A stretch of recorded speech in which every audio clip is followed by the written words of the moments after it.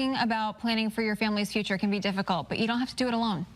Attorney Barry Horowitz of Nierenstein, Horowitz and Associates knows what to say when you've got those tough questions and those tough conversations have to be made. Barry is back joining us. Welcome back, Barry. Oh, thank you, Mark. Nice seeing you. Nice to see you. All right, so we were just talking about it just very briefly, but these are really hard conversations. They're important and necessary to have before you have some sort of problem, correct? Yes, you can't wait until a health problem develops, because once that happens, you're dealing with health issues. You can't really deal with financial issues. You need to plan, think ahead. The old saying is people don't plan to fail, they fail to plan. Right. When people come to you and ask questions, what's the most popular question that people come and ask about? Well, they want to know if they're going to do a trust, which is what most people do with us. They do living trusts. They want to know that they're going to have full access and control over all their assets. That's very important to people. And the way we do the trust is because they are the trustees. They're in charge of their trust. They can still spend, have full access to everything, and do whatever they want to do with it. So this need, though, for comprehensive estate planning. We were just talking about this as well. You have these seminars, which we'll get more in depth to here, but you're seeing a huge turnout for people who are looking for information. Yes, people right now are very, very interested in getting their planning done. People have seen how things can go awry. A lot of them happen to their parents, and then they've realized what they had to deal with, and they don't want their children to deal with that when they pass away.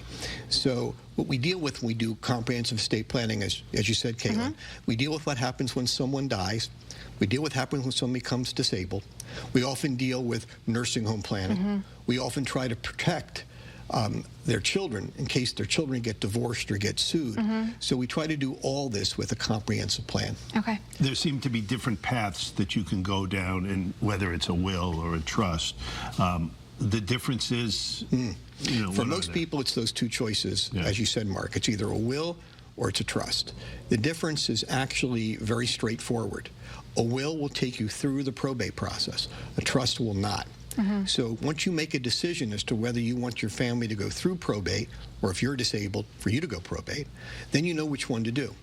And really, for the vast majority of people that we see, they would rather avoid the probate process. They'd rather have it taken care of privately. Yeah, so then they what do is a trust. probate, and why do people want to avoid it? Probate is a legal process that you have to go through if you don't have your affairs set up inside a trust. So what happens is with probate is it's a court procedure where things get taken from your name and put in the name of your beneficiaries. Either under a will, or if you don't even have a will, then whatever the law decides it's supposed to go to. So that's probate.